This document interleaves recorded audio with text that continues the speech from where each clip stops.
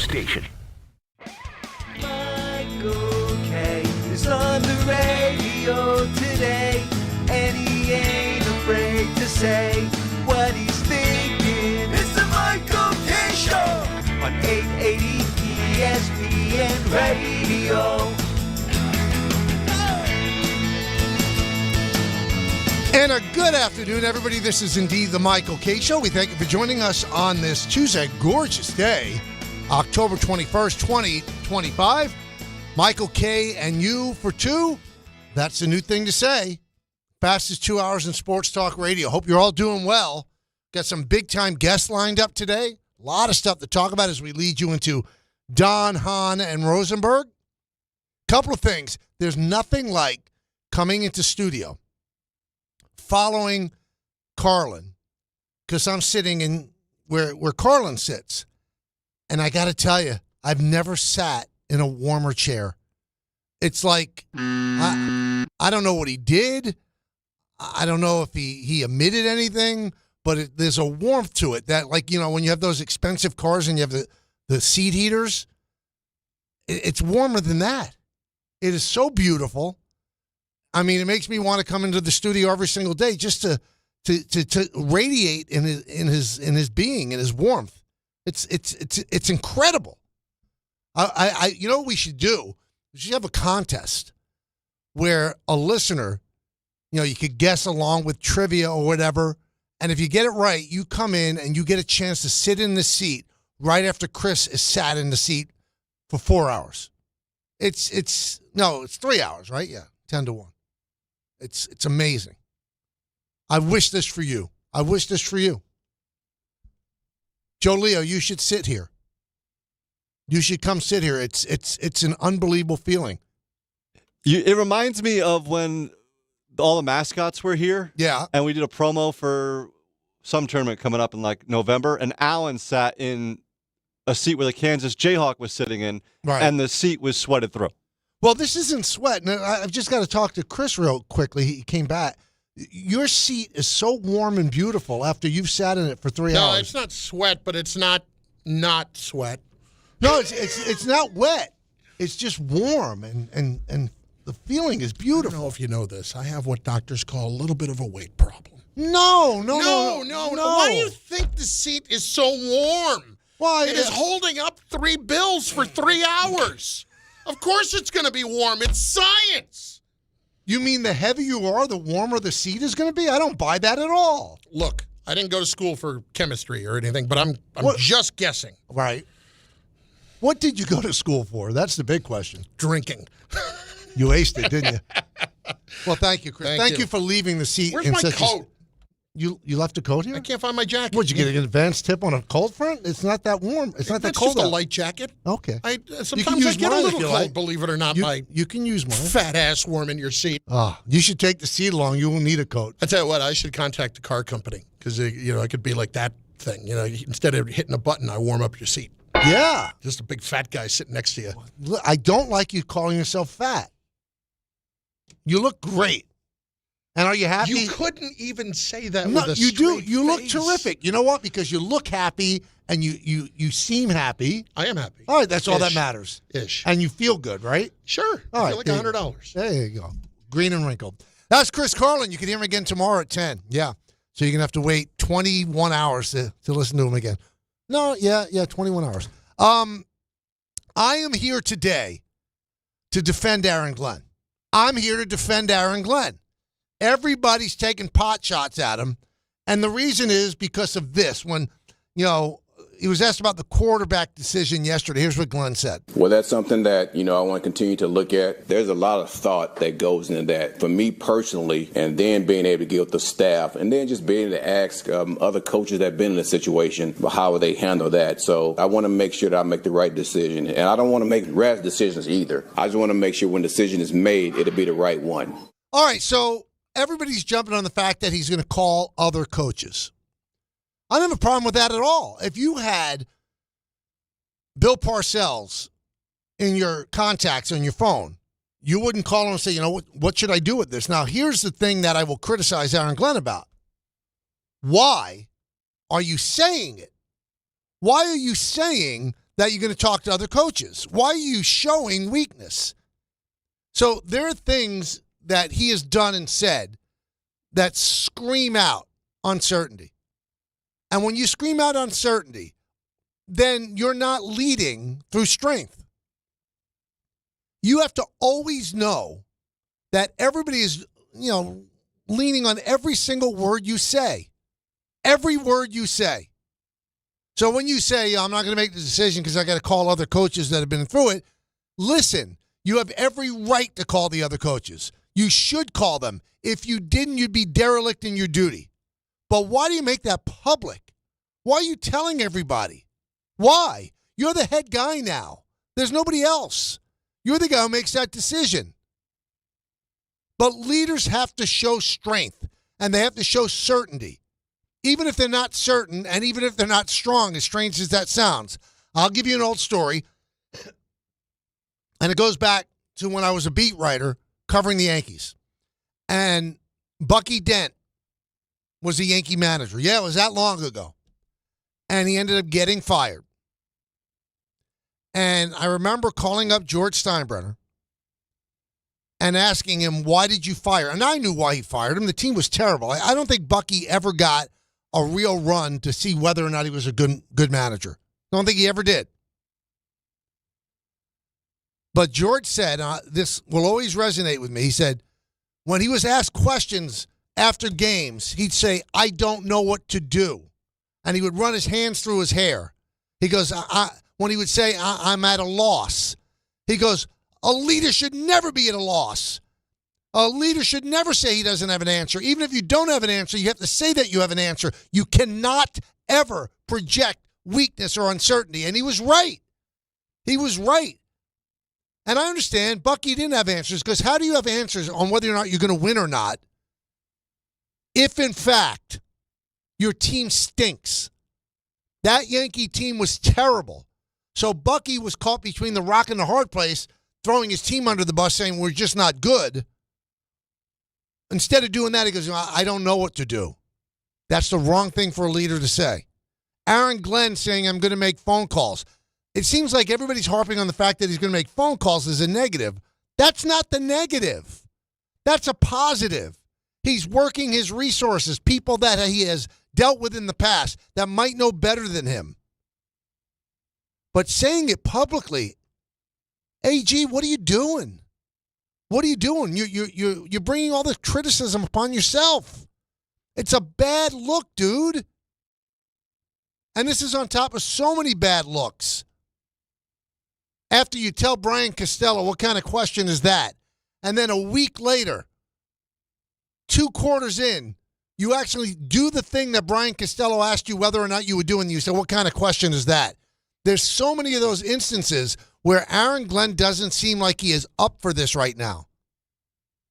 But that doesn't mean you pull the plug on him. He's a new coach. He's a new coach.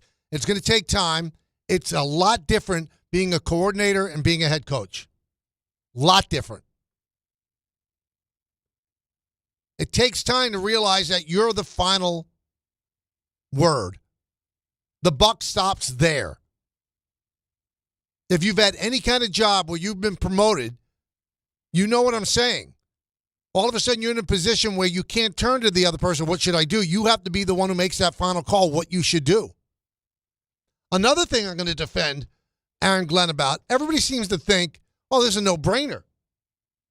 Well, this is a no-brainer. There's no way that you would ever go back with Justin Fields. I think there is. I don't think Justin Fields is good. But really, what are you doing going to Tyrod Taylor? 36 years old. He's an interception waiting to happen.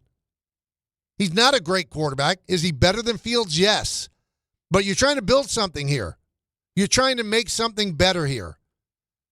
This guy, Taylor, is not your future by any stretch of the imagination. By any stretch of the imagination. He's just not. Justin Fields, let's say he plays this week against the Bengals and has a big game. Doubtful, but let's say he does. Isn't that better than if Tyrod Taylor had a big game? That's why I think we're at 111 on Tuesday, and we still haven't heard whether or not he's made a decision. It's a hard decision.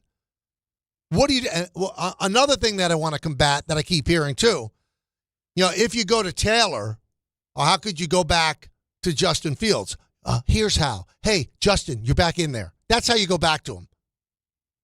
What, is he going to put his tail between his legs with his $30 million guaranteed and not go back in? But that's the least of my worries. Tyrod Taylor's always there to be a relief pitcher. That's what he's there for. So if you start Justin Fields again and you have a chance to win the game against the Bengals and Fields is again not moving the ball, then go to Taylor. But what good comes of starting Tyrod Taylor? What good does it happen? I don't know. So, these people are piling on Glenn because that seems to be the thing to do now because, it's low-hanging fruit. New coach, doesn't seem like he has a clue. All the things he promised and he ran on, it's not happening. Doesn't seem to be a change in discipline. The penalties still happen. Now, the most concerning thing that Glenn has said is the reason that he went to Justin Fields as a quarterback that he wanted was because as the defensive coordinator of the Lions, he had a really hard time game planning against them. Really? Listen, I think I could game plan against Justin Fields. Put 8 guys in the box and dare him to throw. Okay, there, done. I'm going to go out and have dinner now. He was tough to game plan against? Him? Now, that begs a whole different question, but I don't know how you could say that he's tough to game plan for. I don't suppose that any coach is up all night wondering, how am I going to stop Justin Fields? That coach has probably got his hands behind his head. He's laying on the pillow, and he's going, this is easy. This shouldn't be tough at all. This is not an all-nighter. This is not one where you sleep on the couch. No. That's not what you do. Not this time. That's my concern that Aaron Glenn said he was so tough to deal with. Why? Why was he tough to deal with? So we're waiting on that decision. Hopefully by the end of the show, we'll know. And I know what Glenn's doing. He is not going to give Cincinnati any more time than he has to. Because I would assume that game planning for Taylor is different than game planning for Fields. Because I don't think you have the game plan for Fields. You probably have the game plan a little bit for Taylor. So he's going to take as long as he can take before he makes the announcement. So they have to spend their time planning for both until they know which one is starting. 1-800-919-3776.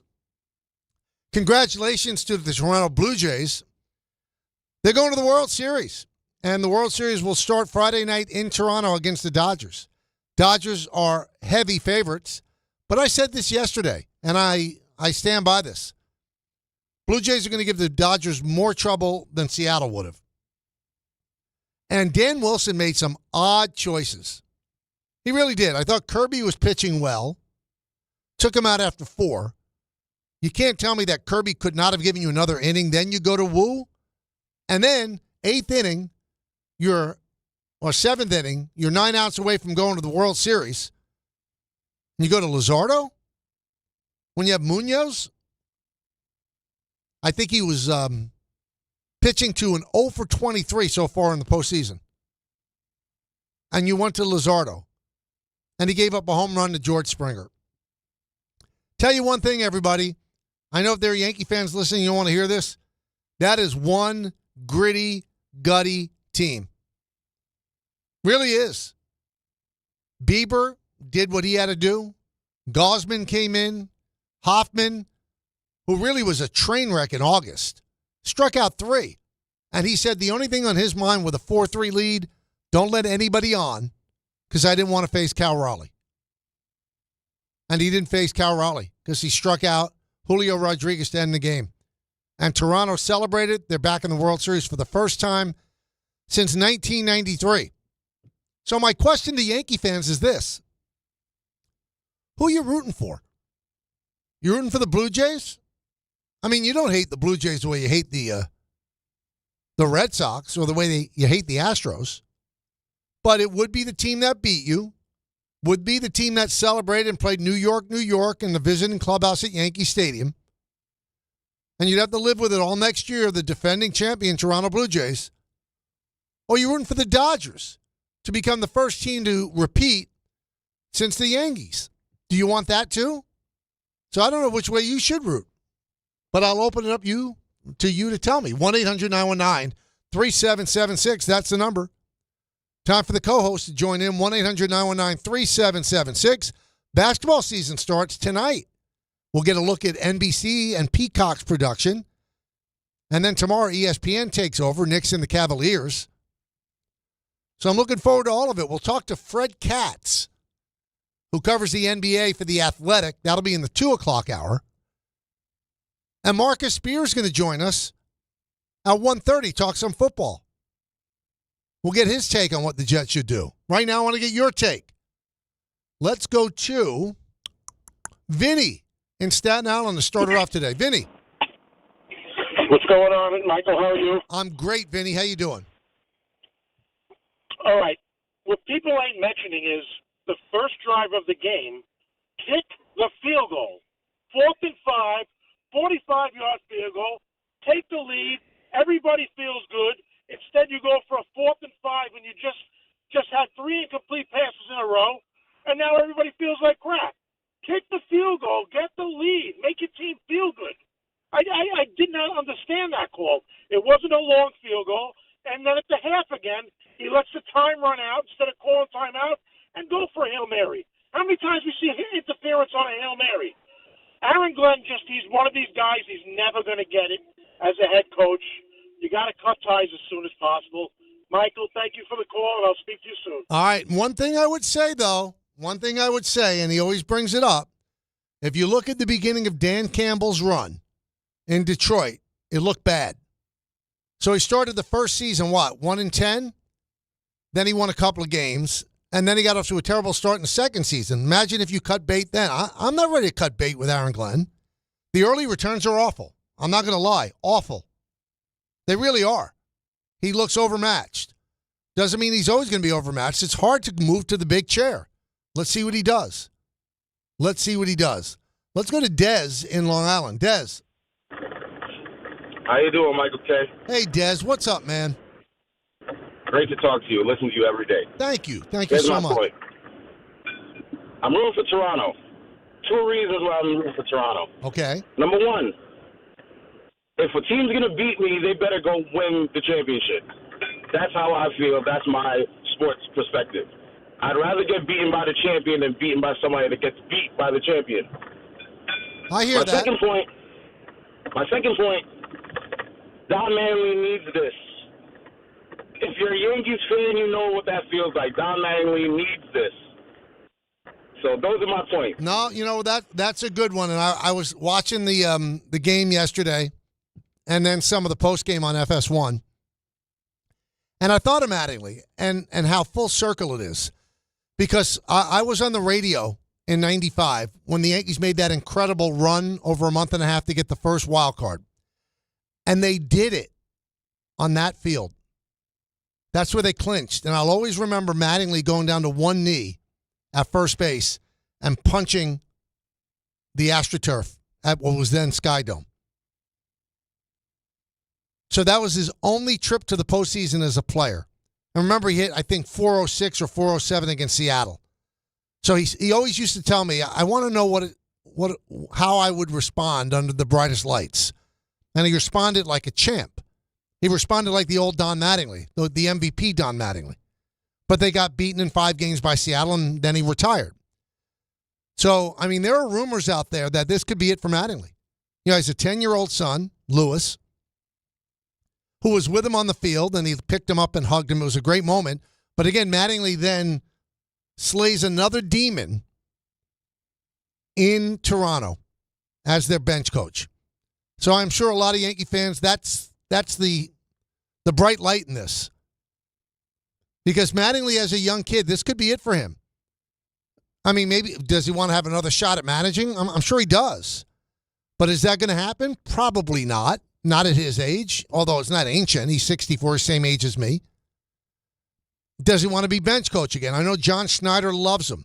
I hosted a charity event with Mattingly when the Blue Jays came into town earlier this year, and the entire Blue Jay coaching staff and John Schneider showed up for a 2.5, 3-hour event. They didn't have to do that. That's their off night, too. Every single one of them was there for Don Mattingly. That's how much he's beloved there. So that is a reason to root for the Blue Jays. So he finally does get to the World Series. Will he get his ring?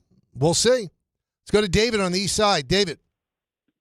Yeah, Michael, I got to echo that last caller and all of your points on Donnie baseball. Think about this. Yankees go to the World Series in 1981 and moves to the Dodgers.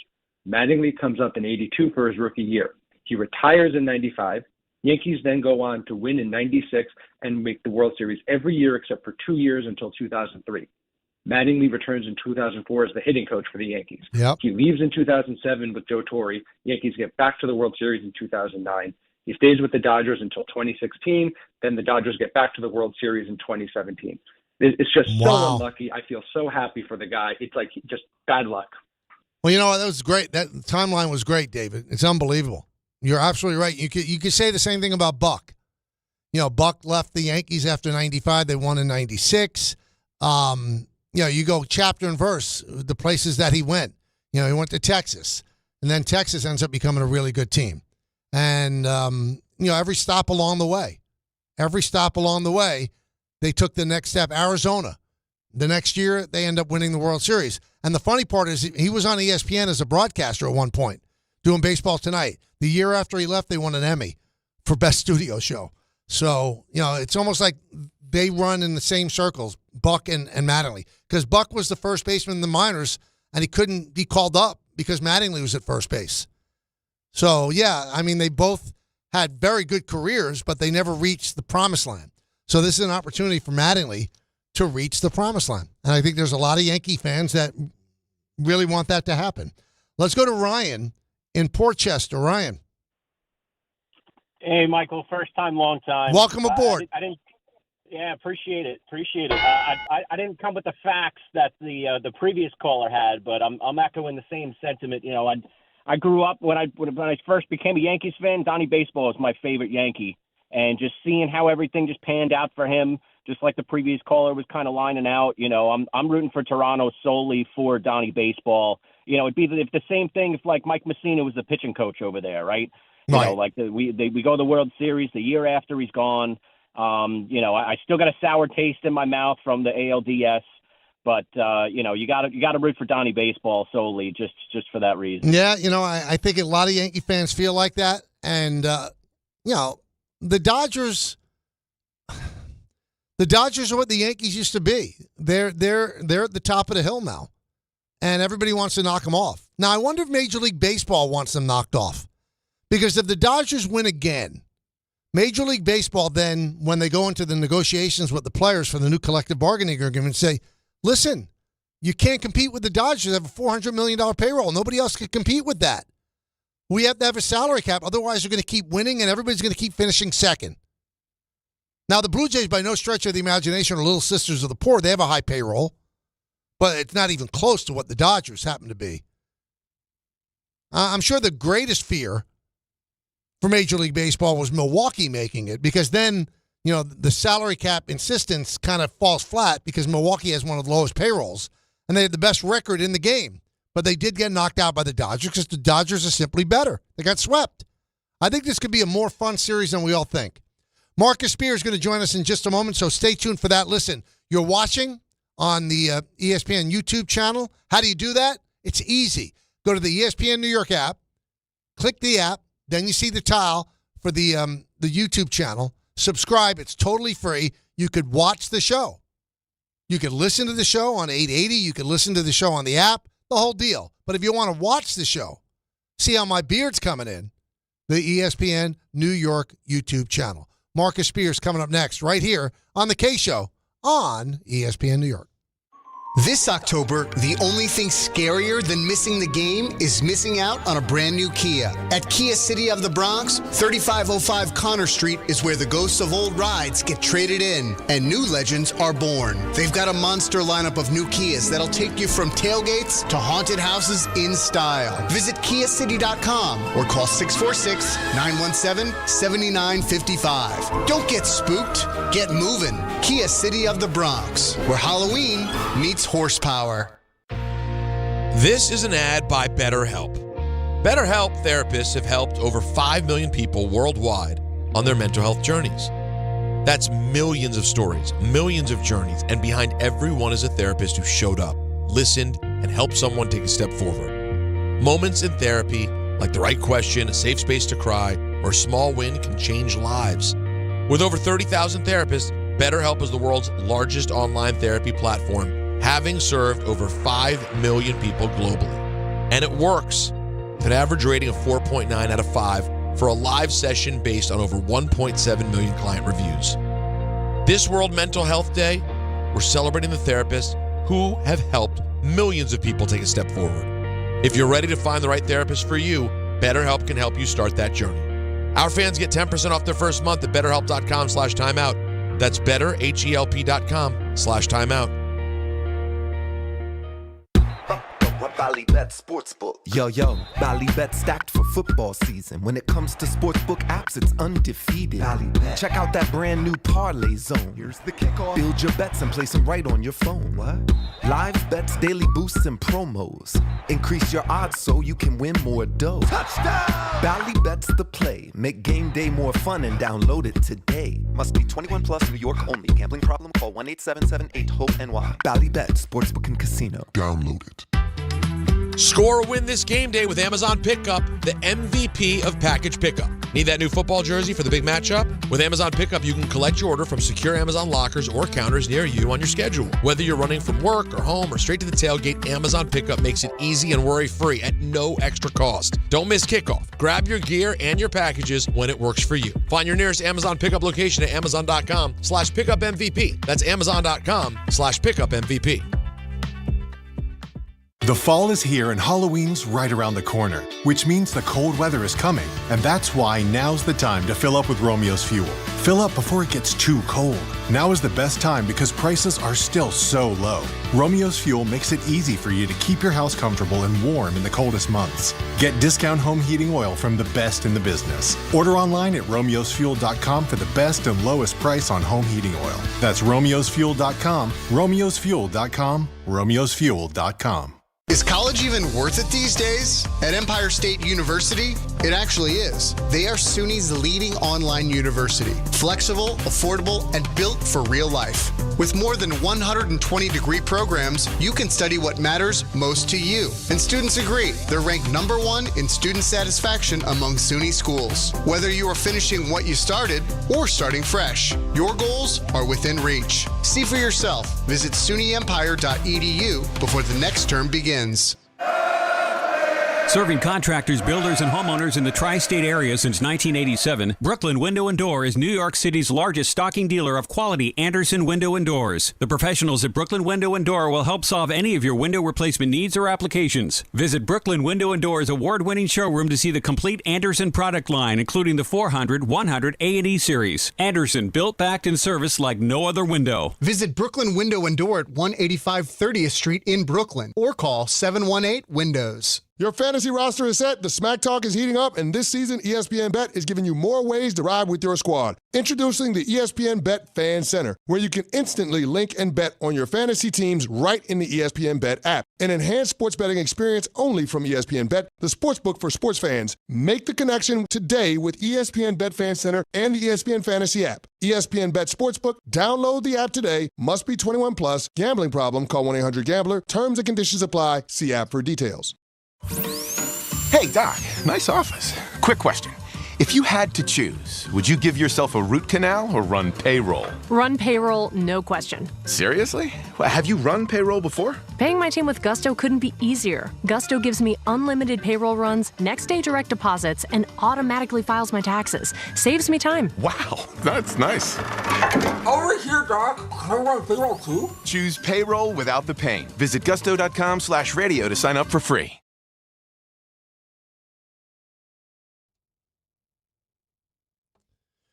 Welcome back to the show. Time now for the Marcus Spears Report, brought to you by Bet365. And our good buddy Marcus Spears, NFL analyst from ESPN, joins us now as he does every Tuesday at this time. Marcus, how you doing, my friend? Mike, what's up, brother? How you doing? I'm doing fine. I'm doing a little bit better than the Jets. So my first question to you is this. What would you do with the quarterback situation? I'd play Tyrod Taylor and position myself or try to retool and figure out who's going to be our quarterback next year.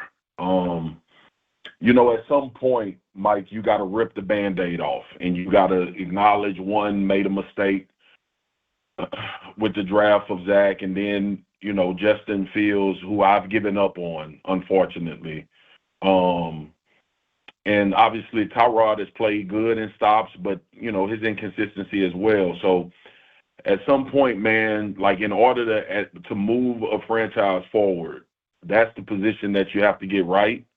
And now you can kind of go forward with a clear view. The question is, which you probably going to have the first pick, do you identify anyone in college that you think can do it? I like that kid Simpson out of Alabama a lot. Mateer was playing great at Oklahoma before the injury.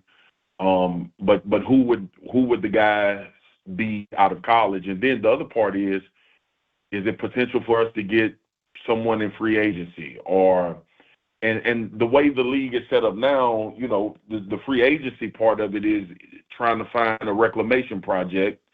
How much value will Daniel Jones have potentially, or is Indy going to make him their quarterback? It's a lot to think about in New York right now. Is Aaron Glenn the right guy for the job is a question that people have to ask as well. So there's a lot of questions, but that quarterback position, and when you feel like you have one that you can be successful with, it changes the tone in the entire building. It changes the tone in how you operate. And look no further than Drake May in New England. Starting to come on, starting to have success. Went out and got Mike Vrabel, who I thought was a great coach. I thought Tennessee was out of their mind to let him go. But you got to look around the league and figure that out too. So it's coach and quarterback. But when the quarterback position is not right, you could have, Phil Jackson and not win games in this league. Right. So it's just hard, man. It's hard. All right, so let me play devil's advocate here. But by going with Taylor, that means nothing. I mean, you might pick up a couple of wins. And if you're going to go with Taylor, Marcus, why didn't you just retain Aaron Rodgers, who you're essentially paying this year? Well, I think with this new staff, Aaron, trying to now hindsight, right? Because Aaron is playing well. That's a legitimate question, but hindsight is 20/20 at this point. Like, I don't think. Aaron hated the way that it was approached when Aaron Glenn came in and the staff, but they didn't want it. They wanted to try to establish their culture. And I think in a sense, in that vein, they were thinking like, we may have to do this quarterback, thing for 1 year, and then we figure out who our guy will be going in the future. They gave Justin Fields a 2-year, $40 million deal.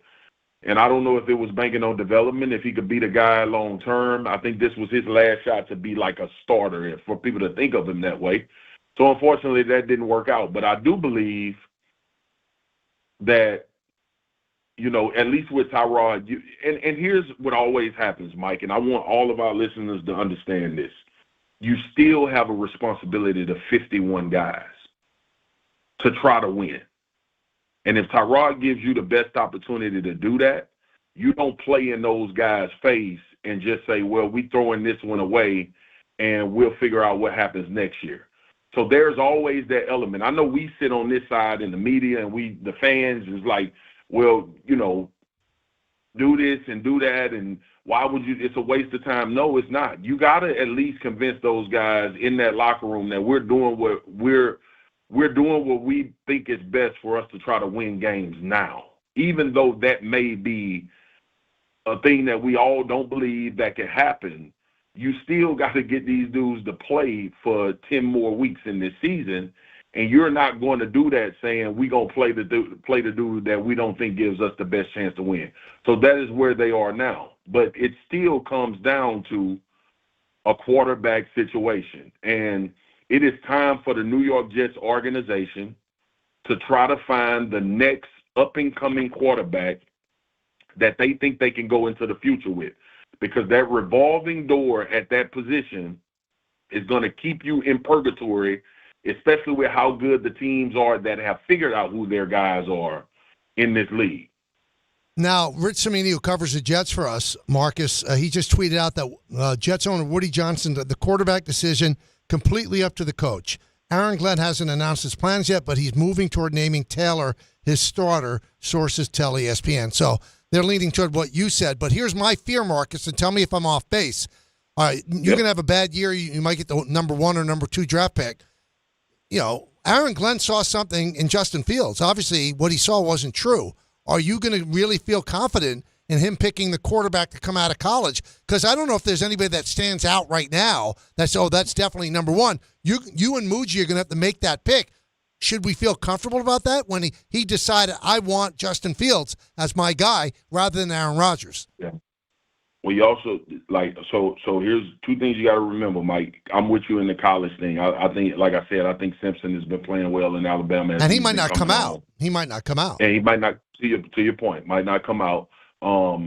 But Justin Fields, to me, was let's see if we can get this guy to recreate some of what we saw in Pittsburgh. And remember the first week of the season, it looked like it was trending in the right direction. Right.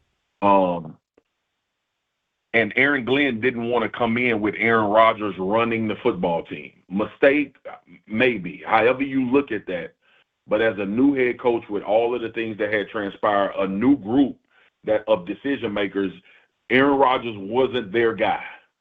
And I'm not going to fault them for that. I think that was almost a semblance of let's get going in the future, which they thought Justin Fields could potentially be that guy. Now you're back at square one. But a coaching staff and a group also drafted Zach Wilson 3rd overall. Yep. And that didn't work out. Right? So these things are not like Mike, you know this, these are not guarantees. Right? You sometimes stumble upon a guy. Sometimes they come out the draft and you know clearly this guy should be really, really good.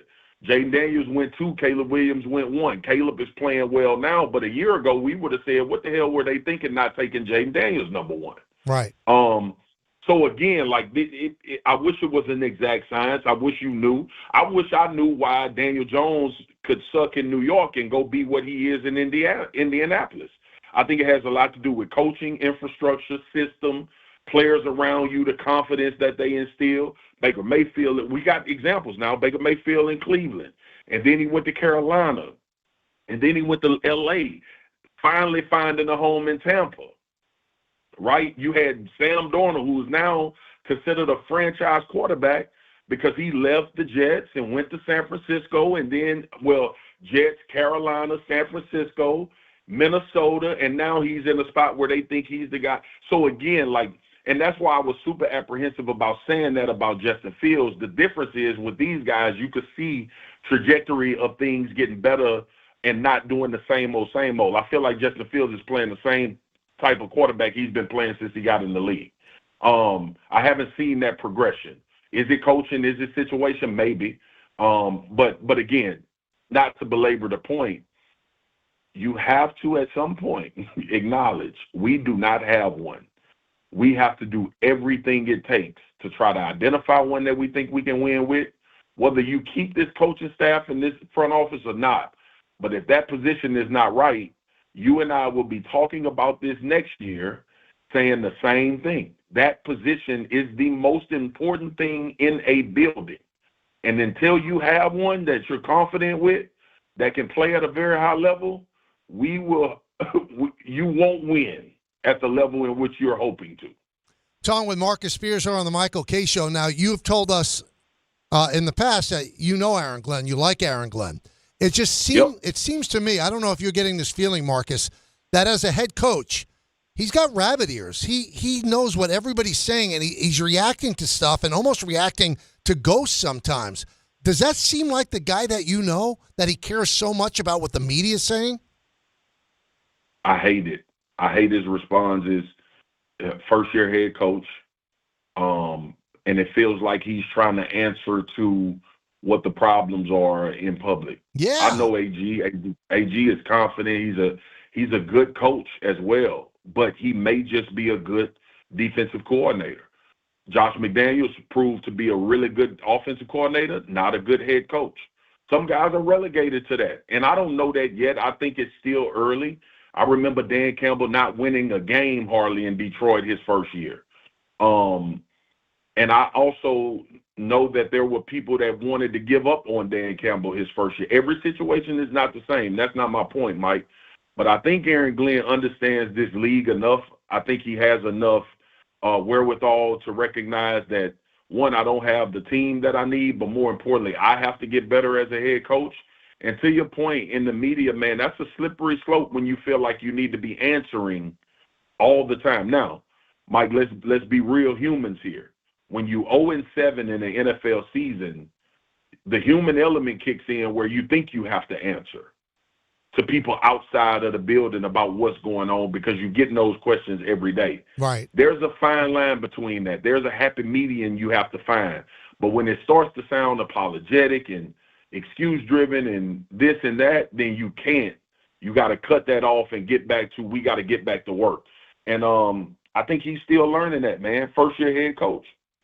Yeah, that's what I hope it is because everybody I speak to, and I respect you so much, they have such respect for that guy. He doesn't seem like a guy that would care what the media is saying and that is chasing ghosts, but maybe he's just learning on the fly because you know this, Marcus. There's a big difference from being a coordinator and the coach. Coach, you run everything. Coordinator, 100%. You run one side. 100%, Mike. First of all, man, like the head coach is responsible for wins and losses, so that changes everything, right? You're a bad offense coordinator, you're a bad defense coordinator. They fire you, they hire somebody from within. Hopefully, you get better and you move forward. The Philadelphia Eagles did it last year and won a Super Bowl, 2 years ago, and got better with Kellen Moore, won a Super Bowl. So it happens from that regard. It ain't the same. When you gotta one, create the temperature and the tone for the organization. Two, you got to have rapport with every single player as opposed to majority of the time you dealing with your side of the ball. Three, what we just talked about, you got to stand in front of the media and answer good or bad. What's the reasoning for things that are going on? As offensive coordinator, you can kind of hide behind that head coach facade. There's a lot of new things that come along. You meet with the owner. You meet with the general manager. Your decisions are put on Front Street, whether good or bad, whether you made them or not, you're going to be responsible for the result on the field. And there's a mental side to that you have to be willing to not only accept, but also know how to deal with it. And in your first year as a head coach, I would say let's wait and see until year 2. You can learn a lot through a season in the NFL as a head coach. Marcus, I'm not going to give up on AG yet, but I do believe that he needs to just kind of be like, look, guys, we in this locker room, we in this building, we working, we trying to get better. I know it's not going the way that people want it to go, but our goal is to get better every week. And I think you shed all of the other ancillary questions that don't even matter when you are 7 down. Good stuff, Marcus. We appreciate it as always. All right, my brother. Take care. I'll talk to you next week. That was a Marcus Spears report brought to you by Bet365. Whatever the moment, it's never ordinary at Bet365. We're going to hear from the owner of the Jets, Woody Johnson. He met with the media today. Give him credit for doing that. 0-7 must not be pleasant. We'll hear what Woody had to say about the situation that's unfolding. It's the K Show right here on ESPN New York. If you've been injured on a construction site, then you need a lawyer who knows New York's unique labor laws. At the Parisman Firm, they have decades of experience handling construction accident cases and a proven track record of delivering huge results. Their team has already recovered nearly $1 billion for hardworking New Yorkers. From scaffold accidents to slip and falls and equipment failures, they've got your back. Call the Parisman Firm now at 718-WORKERS. That's right, 718-WORKERS, because your case is their cause. Get the justice you deserve today.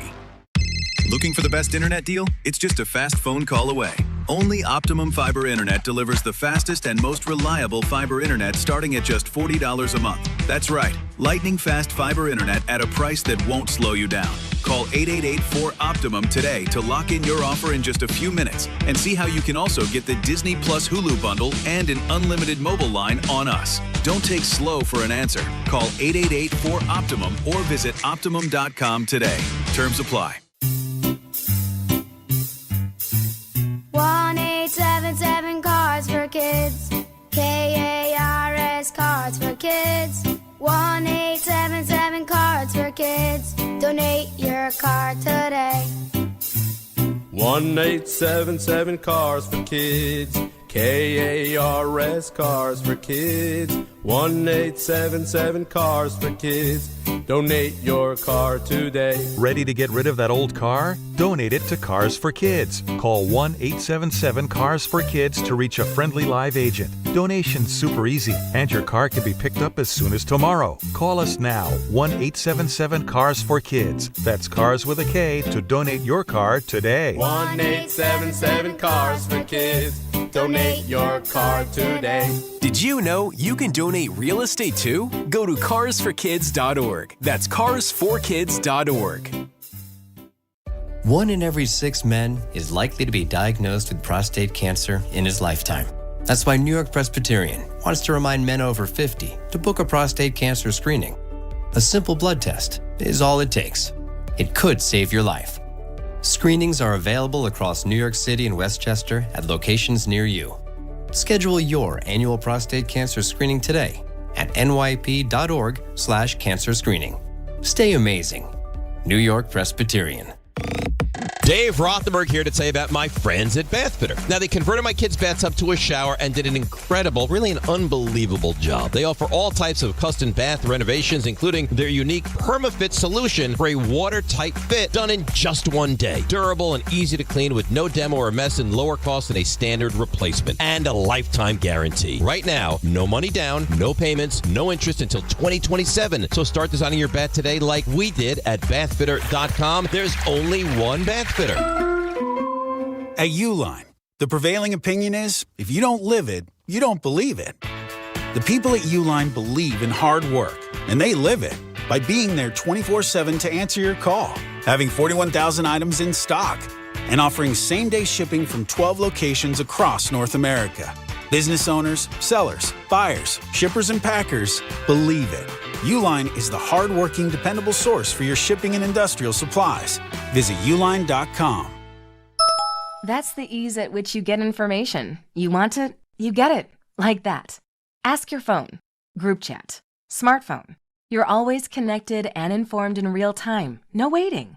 So if you're diabetic and still using finger sticks to read your blood sugar, what are you waiting for? Knowing your blood sugar levels instantly is important for managing diabetes. Call US Med at 888-665-0696. To learn more about continuous glucose monitors, a real-time instant method to track your blood glucose, US Med is an approved provider for Medicare and over 1,000 private insurers. And the best part? Call 888-665-0696 and we'll give you a free insurance benefits check today. So call 888-665-0696 today. That's 888-665-0696 and manage your diabetes as easy as... In the city that never sleeps and never stops talking sports, ESPN New York is always on. Now you can live and breathe everything New York sports wherever you are. On your radio dial, on the ESPN New York app, and streaming live on YouTube. However you watch or listen, ESPN New York is always on for you. Hear us, stream us, watch us. This is ESPN New York.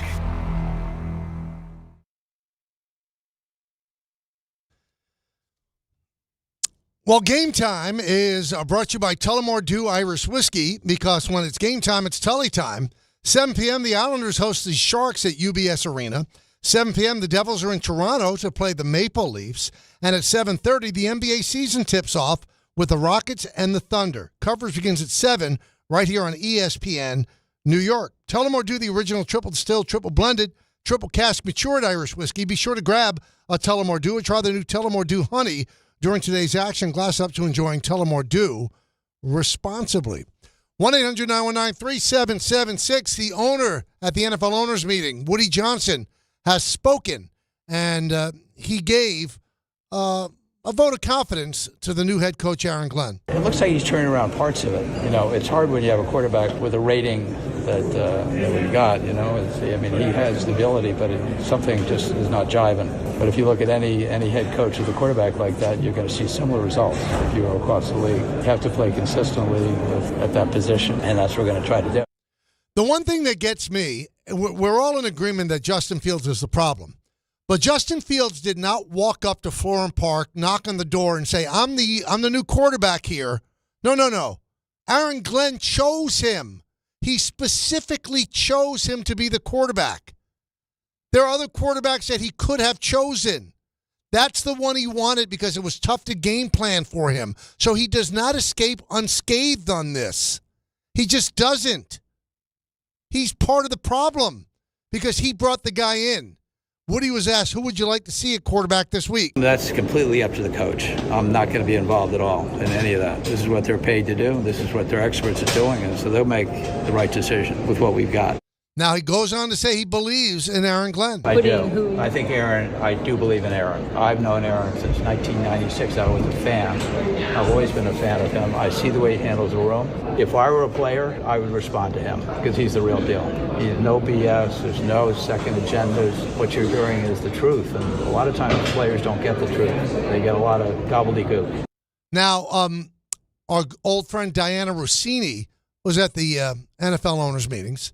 And she asked Woody Johnson, how do you let Glenn know that you believe in him? Everybody knows how badly you want to win. How have you been given Aaron confidence that you still believe in him? Are you telling I hug him every day. Do you literally hug him? I do. And what do you say to him? I say, keep the faith, man. And do you really believe in it? I do. Hugs him every day. A little awkward. And then Woody talked about being a Jets fan. My kids were all Jets fans. I say, why? We're just fans. Faith, I guess it comes down to, or something. But it's really an absolute phenomenon, and it happens in sports, and it happens in other things, but particularly happens in sports. When you get this allegiance to a team, it sticks with you. It sticks with me, but it sticks with them. And I'm thankful we have fans like this. So I think they're the most important ingredient by far. Well, yeah, the fans make the engine run, but, Woody believes in Glenn. Okay, great. I mean, what's he supposed to say? He hired him. But let's go over the other people that he hired that he believed in. Believed in Robert Saleh. Then he fired him 5 games in the season.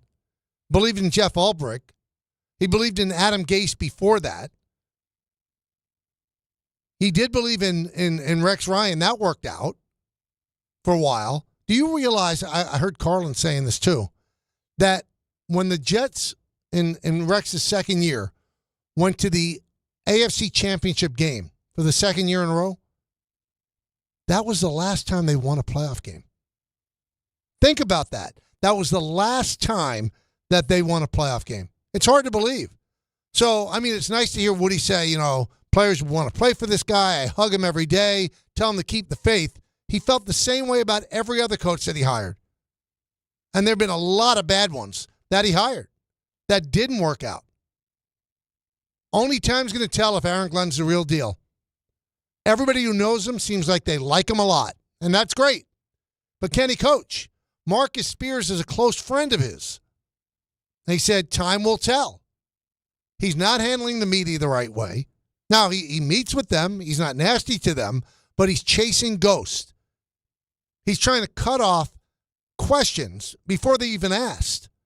Yeah, I'll let Fields throw, but if he makes a mistake, I know what you guys are going to say. Well, really? That should be the least of your concern. The absolute least of your concern. So far, it's a train wreck. It is. And I'm sorry, a fish rots from the head. So all the mistakes that's happened with the Jets, it starts with Woody. I'm sorry, it does. Bad organizations remain bad for a long time. The owner remains the same. He's the one making the final call. Who's going to be the coach? Who's not going to be the coach? Who am I going to fire? I heard Rick DiPietro today on DiPietro and Rothenberg, our fine morning show. Somebody told him that last year Woody decided one day a week they would have food trucks show up at the facility so the players could eat something different than what's in the cafeteria. And Woody Johnson, middle of the season, said, I'm done. We don't need it. It's an added expense for no reason. So he stopped the food trucks, at which point Aaron Rodgers said, I'll pay for them. And it costs like $10,000 each week. And that ticked off Woody. So I'm sure that Woody was part of not bringing back Johnson either. Christopher Johnson really liked Aaron. Woody did not. Because Woody took shots at Aaron.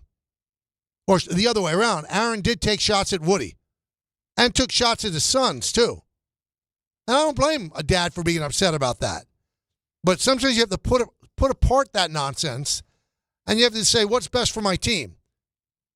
And I'm sorry, Aaron Rodgers, as big of a jerk as he is a 20 million times better quarterback than Justin Fields. 20 million times. They would not be 0-7. And if, in fact, you are going to go to Taylor, well, it's not about developing a quarterback then, is it? You're going to Taylor to win games. You would have won more games with Aaron Rodgers as your quarterback. So the first major move of the corporation of Muji and Glenn bombed spectacularly. We're going to find out what's going on in Giant Land as well when we come back. Hey, it's NBA tip-off week, and FanDuel is your home for live betting. So if you missed the start of the game or want to ride the hot hand, FanDuel has live bets on everything from who will score next to fourth quarter comebacks. Plus, you can even continue your live bets into a same-game parlay for a shot at bigger payouts.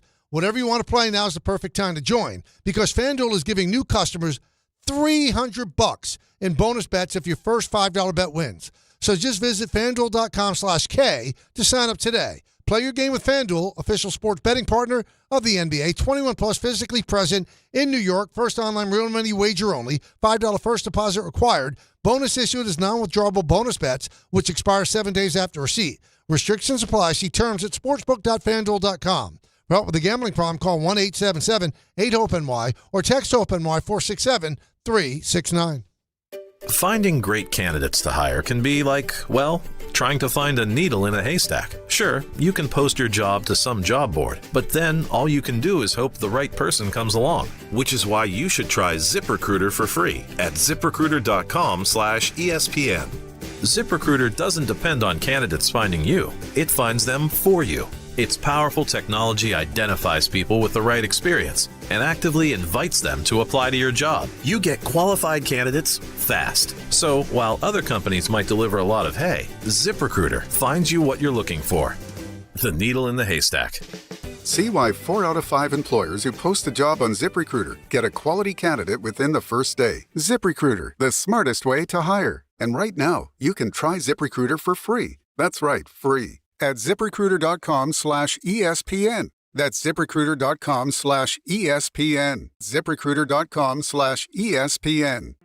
This fall, don't sit on the sideline because of pain. If you're tired of waking up stiff, fighting neck, back, or joint pain, and missing out on the things you love, it's time to take action. Call Dr. J. Shaw at Sandwell Pain, New Jersey's top pain specialist. Dr. Shaw is an Ivy League trained, double board certified, and laser focused on one thing: getting you back in the game. Living pain-free, no surgery, no cuts, no downtime. Just precise image-guided treatments that deliver real results. Whether it's sciatica, nerve pain, migraine, or chronic joint pain, Dr. Shaw will personalize a non-surgical game plan just for you without pain medication. Same-day and next-day appointments are available with offices in Woodbridge, Livingston, and Inglewood. Most major insurances are accepted, so what are you waiting for? Don't let pain keep you out of the action this season. Visit Sandwell Pain to text, call, or book online. You'll wish you met Dr. J. Shaw a lot sooner. Relief starts today, and victory over pain is closer than you think. This October, the only thing scarier than missing the game is missing out on a brand new Kia. At Kia City of the Bronx, 3505 Connor Street is where the ghosts of old rides get traded in and new legends are born. They've got a monster lineup of new Kias that'll take you from tailgates to haunted houses in style. Visit KiaCity.com or call 646-917-7955. Don't get spooked, get moving. Kia City of the Bronx, where Halloween meets horror. horsepower. Score a win this game day with Amazon Pickup, the MVP of package pickup. Need that new football jersey for the big matchup? With Amazon Pickup, you can collect your order from secure Amazon lockers or counters near you on your schedule. Whether you're running from work or home or straight to the tailgate, Amazon Pickup makes it easy and worry-free at no extra cost. Don't miss kickoff. Grab your gear and your packages when it works for you. Find your nearest Amazon Pickup location at amazon.com/pickupmvp. That's amazon.com/pickupmvp. Harry Douglas here. Look, being a man doesn't mean skipping self-care. Manscaped makes it easy to feel confident, clean, and ready for anything. Whether you're at work, hitting the gym, traveling for business, or heading for a night out. The Lawnmower Trimmer gives you precision, the Beard Hedger keeps your look tight, and their grooming essentials smell incredible. Manscaped's tools are built to perform, helping you stay sharp, smooth, and feeling your best every single day. Because real confidence starts with a clean cut and the right gear. Get all the Manscaped products you need right now at your local Target. Rich Eisen here for Sonos, the speakers that bring every game to life in my own house. With studio quality sound, Sonos makes you feel like you're right there in the stadium. Whether you're cheering on your team, binging your favorite show, or listening to the hottest songs, Sonos fills every room with incredible sound. Setup is easy. Just plug in, open the Sonos app, and you're ready to go. Want stadium quality sound at home just like me? Because I love Sonos. You will too. Explore soundbars, speakers, and more at Sonos.com. Sonos. They look as good as they sound. Hey, this is Mika Zibanejad. Hey, this is Adam Fox. Catch every Rangers game right here on 880 ESPN. WHSQ and WCBS-FM HD2, New York. All right, I'm going to let you in on a little secret. So, I had some, dermatologic procedure done today, burn off pre-cancerous stuff. So there's, one thing right in the middle of my forehead that I had burned off, and it's a little red. So I'm looking up on the screen on the YouTube channel, and it looks like, a big red dot in the middle of my head. So during the commercial, I went out to Ray's desk because I know he's got a lot of my stuff there, headphones and whatever, and I wondered if he had, some of the MAC makeup that I use for TV. And I'm going there, and he's got his chair there, and I go to sit down on the chair, and the chair moves. And I splat right on my butt. Fall down right there. And I'm telling you, not a person saw. I mean, I could have passed out and had a massive heart attack there. Nobody would have noticed. Everybody's their head is buried in their computer. Nobody looked up, which I'm thrilled about because I would have been mortified if somebody saw me just fall flat on my butt. But nobody looked up. So that tells me, don't have that expected heart attack here in the studio because nobody's going to see. Unless it's on the air. Then on the YouTube comments, somebody say, I think Kay died. But outside, I was flat on my back. Nobody looked up. Not one person looked up. I don't think anybody cares. Brian Dable spoke today. By the way, I know it bothers me. It probably doesn't bother everybody else. Everybody in this business, even on this station, I listened all day. I was in the car all day. It's not Brian Daboll. It's not. It's Brian Dable. People on TV, the mothership, Brian Daboll. It's Dable, like table. Why can't people get that right? It's the head coach of the New York Giants name, and people get it wrong. Dable, like a table? Thank you, Brian. Thank you. Anyway, Brian was asked, are you going to make a change at kicker? Yeah, we'll see where that goes here throughout the week. Very illuminating.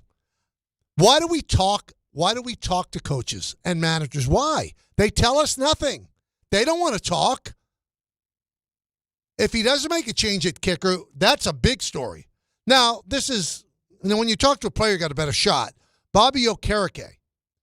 Does this team believe in the defensive coordinator, Shane Bowen? We're all hands on deck. We're all bought in. Everyone's got to look at the man in the mirror. It's easier to point the finger, but for a team perspective, it's better to point the thumb and figure out what I can do better as an individual. So that's what we're all bought in to do, and we're excited for this upcoming opportunity. I'm going to play that again, and I'm going to make that sound every time a cliche is uttered. Ready? Here we go. We're all hands on deck. We're all bought in. Everyone's got to look at the man in the mirror. It's easier to point the finger, but for a team perspective, it's better to point the thumb and figure out what I can do better as an individual. So that's what we're all bought in to do, and we're excited for this upcoming opportunity. Unbelievable. Unbelievable. every single cliche. Let's do it again with the same sound because I think that sound is fun. Here we go. We're all hands on deck. We're all bought in. Everyone's got to look at the man in the mirror. It's easier to point the finger, but for a team perspective, it's better to point the thumb and figure out what I can do better as an individual. So that's what we're all bought in to do, and we're excited for this upcoming opportunity. What's the final count, Ray? Is it 6? 6. Let's see. That's a 12-second cut. That is one cliche every 2 seconds. What did he tell us? He didn't say, yeah, we love Shane Bowen. He just gave you 6 ridiculous cliches. I'm telling you, when Tony Kornheiser, who obviously is on PTI, when he had a radio show, I think he still might have a radio show in Washington, D.C. It's a podcast now. Thank you, Joe. He had a rule. And at the time, I said, wow, that's a weird rule. He never had on athletes or coaches. He said, because they don't say anything. He's right. They don't say anything. Anything. When we had the K show in the afternoon, we used to pay for some guests that were active players. And we always used to have the Jet head coach. It was worthless. They don't say a word. You want to hear? Guests are whack. I'm telling you, Tony Kornheiser had it right 25 years ago because it's a waste of time. All it is filler. Now, once they retire, like Marcus Spears says what he thinks, Steve Young says what he thinks, Chris Sims, Dan Orlovsky, those guys that we have on as guests, they're great. I mean, we used to have on the best weekly that we ever had was Eli Manning. Oh, he was boring, but he said stuff, and we had him on for many years. The fact that he gave us the Eli is elite thing was worth every dime we ever paid him. Every dime we ever paid him. It came back over and over and over in waves. One more time, just for kicks. It's a cliche every 2 seconds. Here's Bobby Okereke. We're all hands on deck. We're all bought in. Everyone's got to look at the man in the mirror. It's easier to point the finger, but for a team perspective, it's better to point the thumb and figure out what I can do better as an individual. So that's what we're all bought in to do, and we're excited for this upcoming opportunity. On to Cincinnati. Beautiful. Just beautiful. It's just beautiful. Really is. It's terrific. It's terrific. We're still waiting on Aaron Glenn to make an official announcement whether or not he's changing the quarterback. Looks like he's leaning toward that, which, I mean, yeah, you don't want to compound the mistake by keeping to run out the mistake, but you've given up on what you were convicted in. You were convicted that this guy was the guy, that the only reason that he wasn't good was bad coaching in Chicago and Pittsburgh. That's the only reason. Now you're giving up on him after 6 games because he was out 1 game with a concussion. So you're giving up on him 5.5 games. Now, I think he's awful. And I said that during preseason when he wouldn't throw the ball. I believe he's awful. But you made that call. 5.5 games in, you're giving up, going to a veteran who's not going to be here next year. And if he is here, he's going to be a backup. And he's not all that he used to be. Unbelievable. Unbelievable. Bobby Okereke makes more sense. 1-800-919-3776. Time for the co-host again. Fred Katz is going to join us at 2:30 as the NBA starts tonight. We'll get our first look at NBA basketball on NBC and Peacock. And tomorrow, ESPN will be at Madison Square Garden for the Knicks against the Cavaliers. Mike Breen will be on the call. Maybe I'll give Mike a call tomorrow, see if he could be a guest tomorrow to preview the Knicks. I'll do that, Ray. Don't worry. So let's see what you have to say. Let's go to Brad in Illinois. Brad, what's up, man? Hey, Michael. First time, long time. Great to speak to you. Just wanted to talk a little bit about the Yankees. Do it. I'm one of the few and far between Yankee fans that's actually appreciative of everything that we've gotten over the years. And I'll tell you, because I grew up in Cubs country here, used to nothing but losing and teams spending like they're a small market team. And I think Brian Cashman might actually be the most underrated GM in all of sports. Consistently delivers winners, usually puts together an elite bullpen. I know Duvall and some of the guys didn't work out this year, but year after year after year, it is just money in the bank, and nobody seems to appreciate it. Well, you are right about that. No one appreciates it. And, Brad, I'm glad that you're just Brad from Illinois, because if you were Brad, whatever your last name is, and you gave your address, there'd be a lot of angry Yankee fans that would attack you. Because the fault is always on Brian Cashman. With most of the Yankee fans that call in here, I'm not saying that that is a totally representative look at the entire landscape, but it's usually kind of accurate. And it's not just on this show, it's on Twitter. They all want Cashman gone, and they all want Boone gone. The players that don't hit or don't pitch right, not them. It's the guys that put the team. And listen, do they deserve some of the blame? Yeah, Brian Cashman brought those players in. So if they don't perform, you could say, okay, it's on Brian Cashman. And I've been saying over the last week or so since they got eliminated that it was a massive disappointment. After you go to the World Series and then you don't even, advance to the ALCS, it's a massive disappointment. But I also say that there should be some appreciation for always, every year, being in the hunt. And, I'm just scrolling through social media, and it's amazing what people want to hear. I want to find this because it just jumped out at me.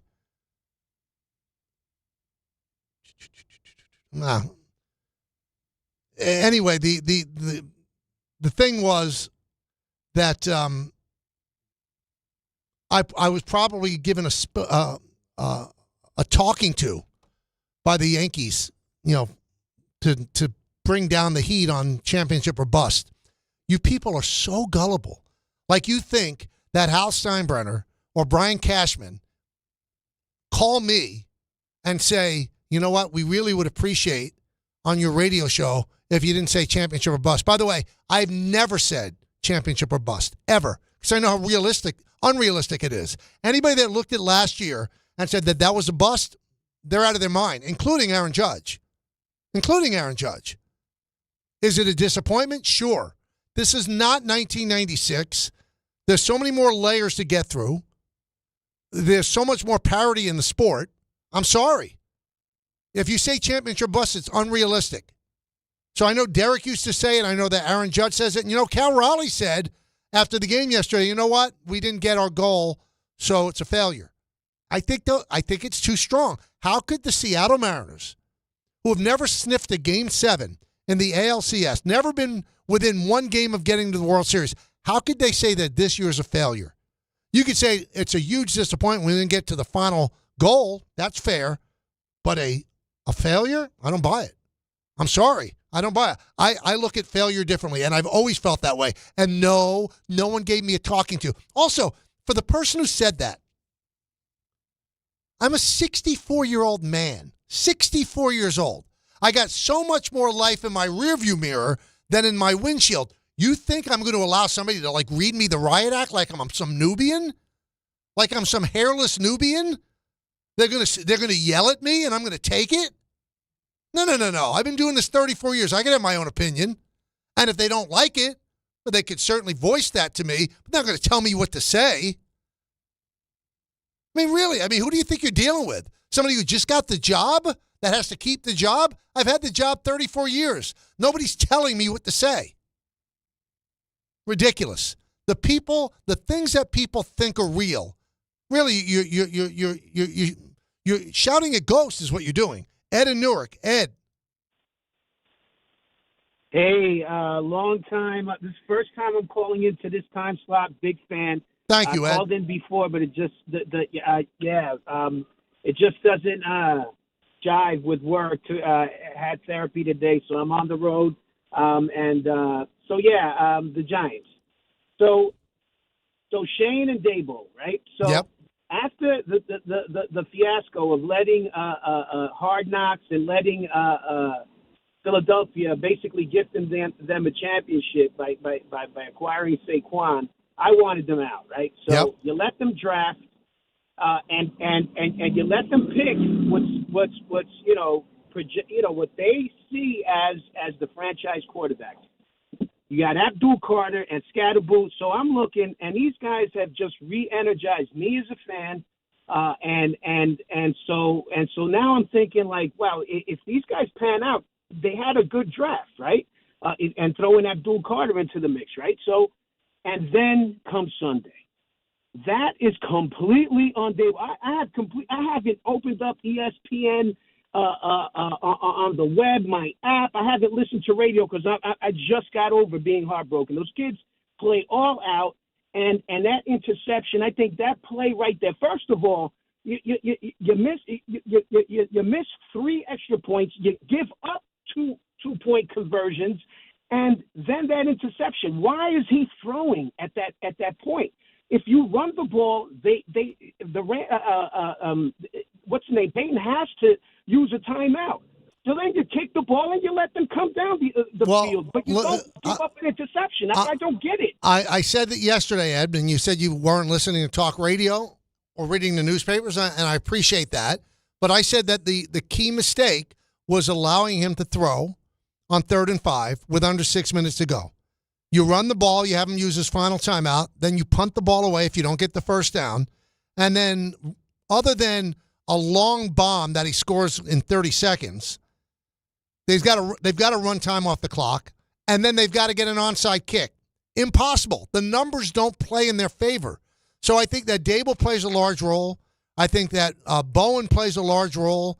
And I also think that Joe Shane plays a large role playing these stupid kicking games. Saddling your coach with a kicker who can't kick. Can't. The guy couldn't start for Rutgers. And you bring him into an NFL game and you expect him to make an extra point. They missed 2 extra points. One of the extra points led to you going for a 2-point conversion, which you missed. 3 points you left there because you didn't have a kicker that you trusted. That's on Dable. Not Dable. That's on Shane. So I think the blame goes all around. It's hard to point your finger just at Brian Dable. I think Dable could have overrode the stuff that Bowen was saying, just rushing 3 and dropping 8. He could have overrode that. And Shane could have brought in a better kicker. But when you want to get rid of Joe Shane, remember the draft he just had. What's everybody raving about? What's the only reason you feel good about the Giants? Jackson Dart, right?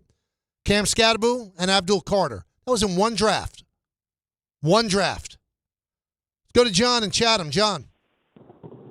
Michael, I got a Knicks point, but I have to answer to Brad, that your last caller. Brad from Illinois. From Illinois.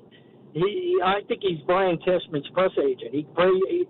Does Brad know in the last 20 years that his putrid Chicago White Sox has as many championships as the Yankees won? Yes, I know we make the playoffs and everything else. But can I make a Knicks point? Of course you can.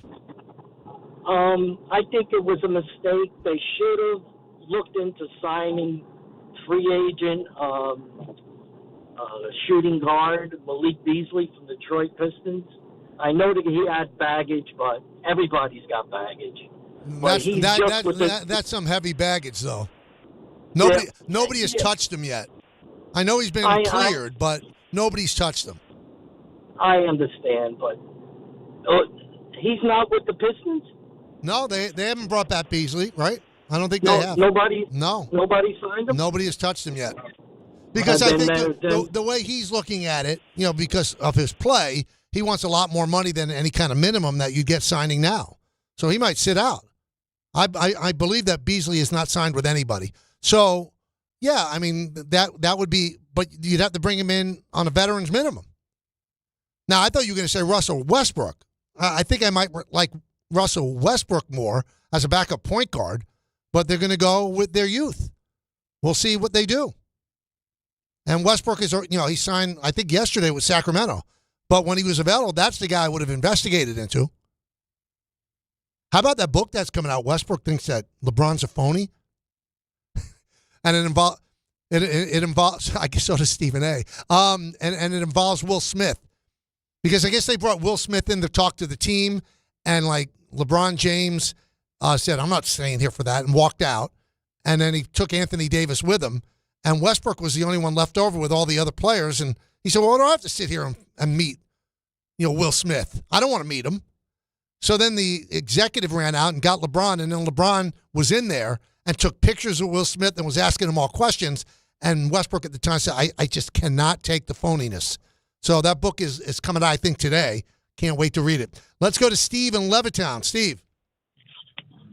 Hey, Mike, I got a plan to fix the Jets. All right, tell me.